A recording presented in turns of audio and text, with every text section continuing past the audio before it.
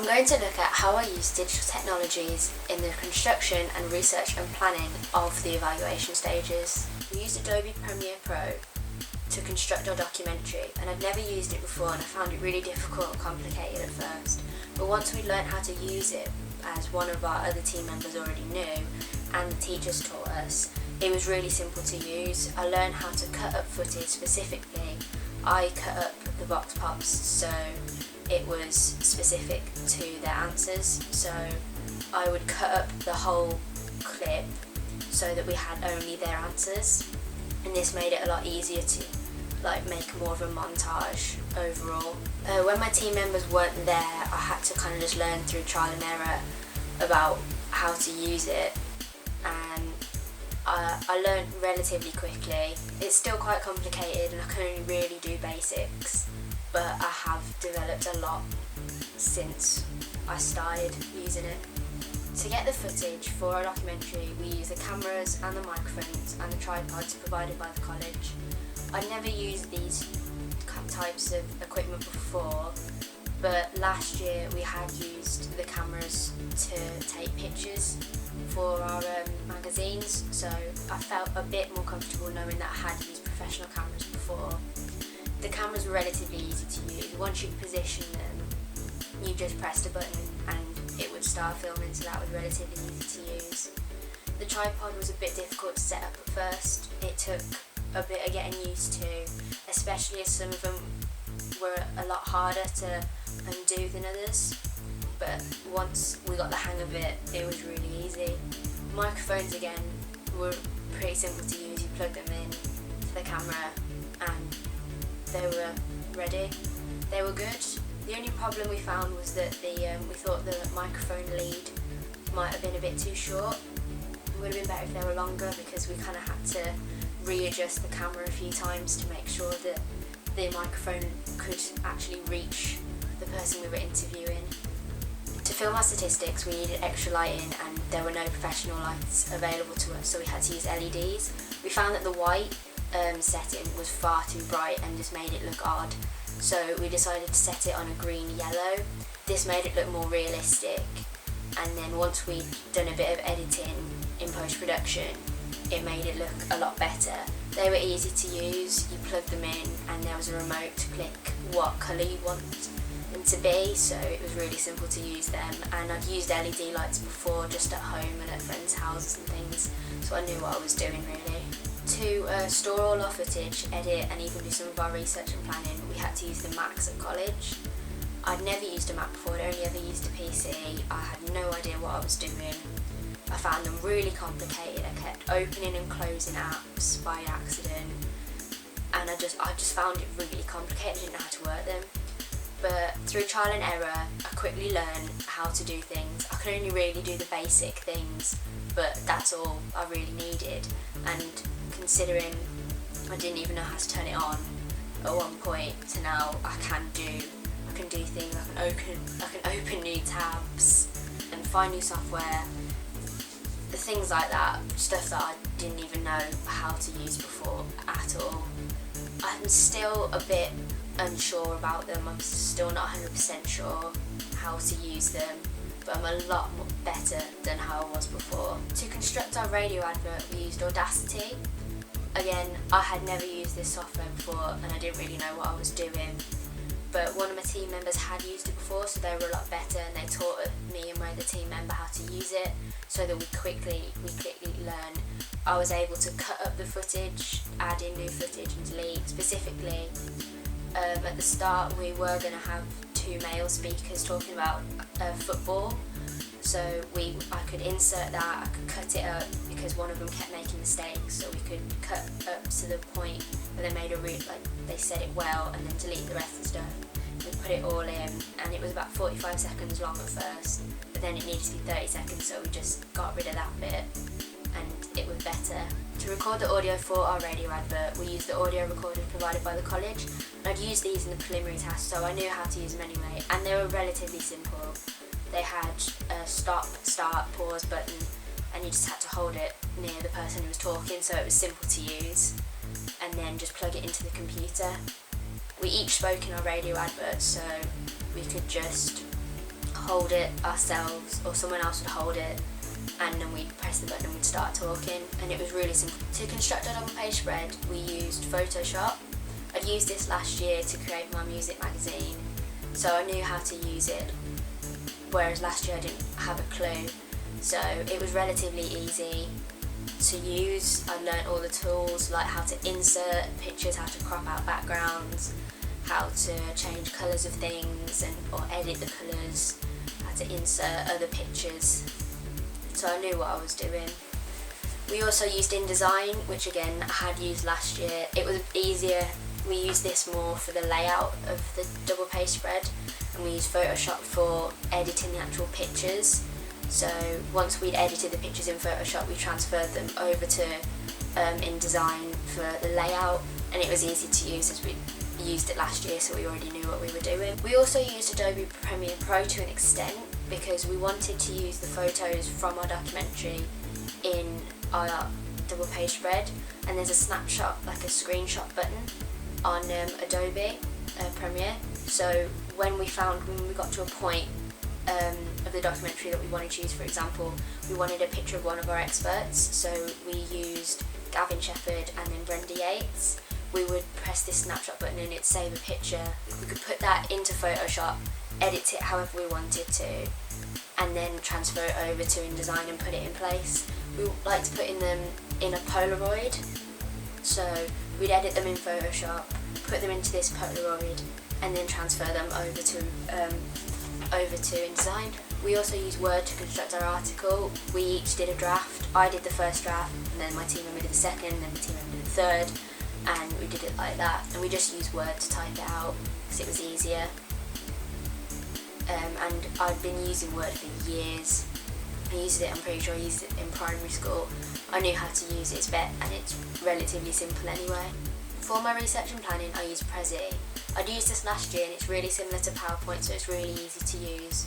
You just type what you wanted to type after you've chosen the template, and you can add in pictures, and then once you save it you can easily embed it.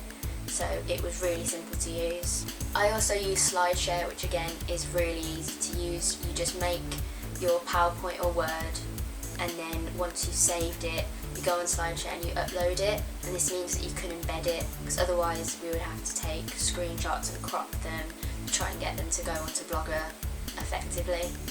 SlideShare is just really simple. It's basically just Word or anything. It's just really, really simple. I also use Powtoons for my research and planning. I again used this last year. It's quite similar to PowerPoint, a bit different because of all the animations, and you have to like change the times that they're there for, so it's kind of like a mix between making a video and a PowerPoint, because it's similar to a PowerPoint because you're adding your text and it's going from slide to slide, but then you have to decide how long the transitions are there for and the animations, so it makes it a bit more advanced and it looks a lot better. It's easy to use once you understand how to use it. When I first used it I didn't really understand, but I got through trial and error, I understood it pretty quickly. I also use PowerPoint for my research and planning. I've been using this for years, so I already knew how to do it, and once I'd saved them I'd upload them onto SlideShare so that I could embed it. It's so easy to use PowerPoint. I also use Word. Again, I've been using this for years. It was mostly for just documents that didn't need a PowerPoint or a Prezi or a Powtoon, just simple documents like an article, draft, or draft of a questionnaire, or just questionnaire questions that didn't need anything special or fancy, that you could just type up on Word and then upload quickly. For our questionnaire we use SurveyMonkey. Relatively easy to use.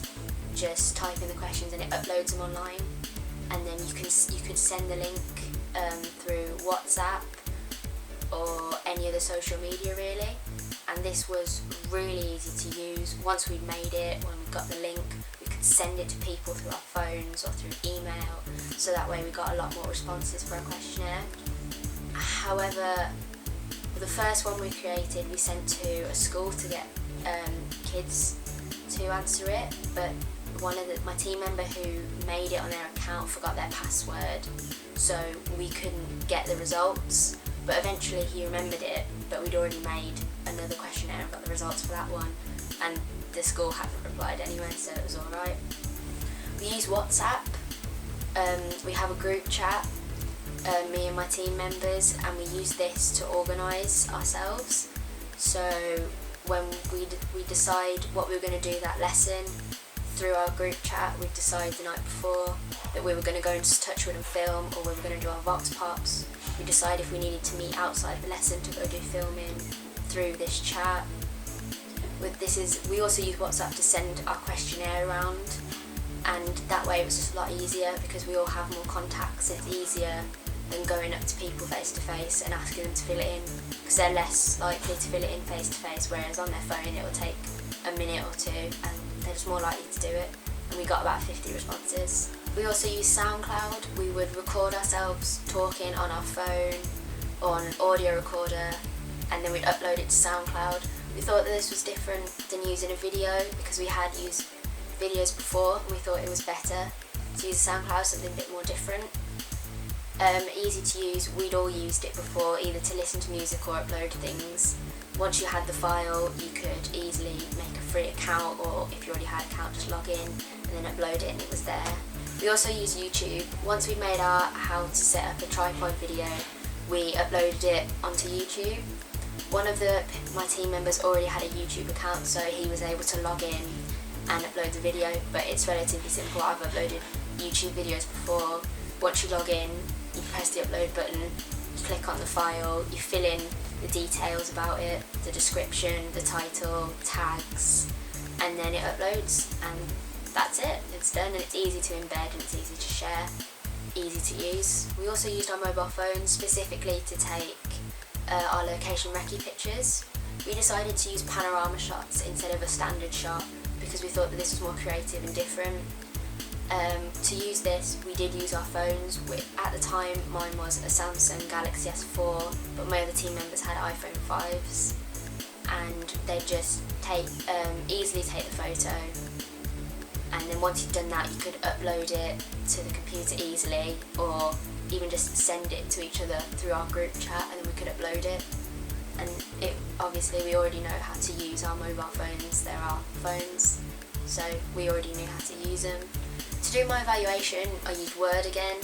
I used this to draft the script for this question and then draft my other questions before I did anything else. I thought that this was more effective and easier than starting a PowerPoint or a Prezi straight away and getting it wrong and having to do it again. I thought it was just easier to do a draft on Word. I did make a PowerPoint. I did question 1 on a PowerPoint. I thought it was easier to use, and then I'd upload it through SlideShare. Used PowerPoint and SlideShare before, many times knew how to use them. Decided to use a different template than I hadn't used before. I just wrote about my answers, and it was easy to use. And then again, once saved it and uploaded it to SlideShare, it was all fine. I used Prezi to make my question 2. I drafted it on Word first, decided what I was going to say, and then because I can't use the internet on my laptop without it crashing, I decided to do it on a PowerPoint at home so that I had it done, and then put it on my USB, and then when I got to college just copy and paste it into a Prezi, just because it's different, because I'd already done a PowerPoint. It was more creative, it looks better, and it meant I didn't have 2 PowerPoints in a row. I used Premiere Pro to edit my question 3 audience reception and this question. I'd only really used it before when making the documentary, and this time I didn't have my team members to help me. It was more difficult this time, but I could just ask the teacher or one of my classmates to help me if I was a bit stuck. For example, I was a bit stuck on how to use sound levels. I'd only ever done it for the documentary when there were other people with me, my team members, and they showed me how to do it, and I'd completely forgotten, so I needed a bit of help doing that. But once someone showed me once, I remembered, and it was easy. I mostly figured it out through trial and error how to do it, but I knew all the basics, like how to cut footage, how to delete footage, how to import footage. Sound levels were the only thing really that I had a problem with. We also use free questionnairemaker.com. This was to make the questionnaires for our question 3, because we would have our audience watch the documentary, look at the radio, look at the dog page, listen to the radio advert, and then fill in the questionnaire. This website was easy to use. You could decide whether the question was open or closed, type the question, and then give the possible responses like yes or no, and then it would put them all on one file which you could save and then print off. It was easy enough to use. The only problem we had was we used it on a Mac, and it's quite difficult to print from a Mac. I don't know why, it's something to do with the college printers, but that was the only problem we had with that website. Other than that, it was good. It was easy to use. To film for my questions 3 and question 4, I used my bridge camera, which is a Fujifilm. I've had it for a few years. It is my own camera. I got it as a birthday present a few years ago. I know how to use it. I've never had a problem with it. Once I've filmed the footage, I would take the memory card out and put it into the Mac, or take the memory card out, put it in my laptop, transfer the footage onto my memory card. I just found that was easier. But once I'd done all this, it was easy enough to use. Never had a problem with it, and I know how to use it. I know what I'm doing. I haven't had a problem particularly with any technologies I've used for construction or research and planning parts of my evaluation, apart from the Mac and Adobe Premiere Pro. Things I'd never used before that I was just unsure about, but once I'd started using them and through trial and error, I learned how to use them, and I didn't have a problem with them after that.